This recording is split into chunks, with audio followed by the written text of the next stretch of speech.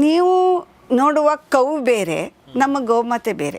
ಮತ್ತು ಹಸುವಿಗೂ ಮತ್ತು ಗೋವಿಗೂ ಏನು ವ್ಯತ್ಯಾಸ? ಏನು ವ್ಯತ್ಯಾಸ ಅಂದರೆ, ನಮ್ಮ ಗೋಮಾತೆಗೆ ನೀವು ಫಿಸಿಕಲ್ ಸ್ಟ್ರಕ್ಚರ್ ನೋಡ್ತೀರಿ ಅಂತಂದರೆ ಅವಳು ನೋಡೋಕ್ಕೆ ತುಂಬ ಸುಂದರ ಆಗಿರ್ತಾಳೆ.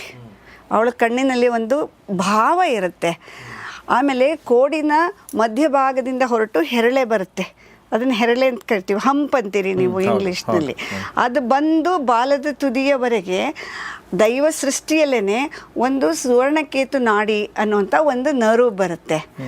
ಆ ನರ್ವ್ ಏನು ಮಾಡುತ್ತೆ, ನಿಮ್ಮ ಸೋಲಾರ್ ಎನರ್ಜಿನಲ್ಲಿ ಏನು ಕಾಸ್ಮಿಕ್ ಎನರ್ಜಿ ಇದೆ ಅದನ್ನು ಅಬ್ಸ್ಟ್ರಾಕ್ಟ್ ಮಾಡಿಕೊಂಡು ತನ್ನ ಗವ್ಯಗಳಿಗೆ ಕೊಡುತ್ತೆ. ಗವ್ಯ ಅಂದರೆ ಹಸುವಿನ ಪ್ರಾಡಕ್ಟ್ಸ್. ಹಾಗಾಗಿ ಹಸುವಿನ ಎಲ್ಲ ಗವ್ಯಗಳಲ್ಲಿ ತೆಳು ಹಳದಿಯ ಬಣ್ಣ ಇರುತ್ತೆ. ಅದನ್ನು ನೀವು ಈಗೇನು HF ಜರ್ಸಿ ಹಸು ಸಿಟಿಲೆಲ್ಲ ಓಡಾಡುತ್ತೆ, ಅದರಲ್ಲಿ ನೋಡೋಕ್ಕಾಗಲ್ಲ.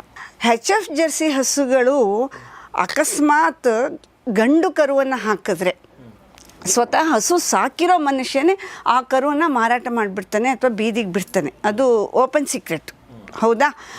ಅದಿಲ್ಲದೆ ಹಾಲು ಕೊಡುತ್ತೆ. ಆ ಹಸು ತನ್ನ ಮಗು ಇಲ್ಲದೆ ಹಾಲು ಕೊಡುತ್ತೆ, ಅದ್ರ ಮುಂದೆ ತಿಂಡಿ ಇಟ್ಟರೆ ಹಾಲು ಕೊಡುತ್ತೆ. ನಮ್ಮ ಗೋಮಾತೆ ತನ್ನ ಮಗು, ಅವಳು ಎಷ್ಟು ನೀವು ಪುಟ್ಟ ಮಗುವಿಂದ ಸಾಕಿರ್ತೀರಾ, ಕೆಚ್ಚಲಲ್ಲಿ ಕೈ ಆಡಿಸಿರ್ತೀರಾ, ಡೆಲಿವರಿ ಆದಮೇಲೆ ನೋಡಬೇಕು, ಇವ್ರು ನಮ್ಮ ಓನರ್ ಅಂತ ಗೊತ್ತಿದ್ರು ಆ ಮಗುನ ಮುಟ್ಟಕ್ಕೆ ಬಿಡಲ್ಲ ನಿಮ್ಮನ್ನ. ಅಷ್ಟು ಕೇರ್ ಮಾಡುತ್ತೆ ತನ್ನ ಮಗುನ. ತನ್ನ ಕರು ಇಲ್ಲದೆ ಹಾಲು ಕೊಡಲ್ಲ. ಇದರಲ್ಲಿ ಹಾಲು ಸ್ರವಿಸ್ಬೇಕಾದ್ರೆ ಭಾವನೆ ಬೇಕು, ಅದರಲ್ಲಿ ಹಾಲು ಸ್ರವಿಸ್ಬೇಕಾದ್ರೆ ಫುಡ್ ಬೇಕು.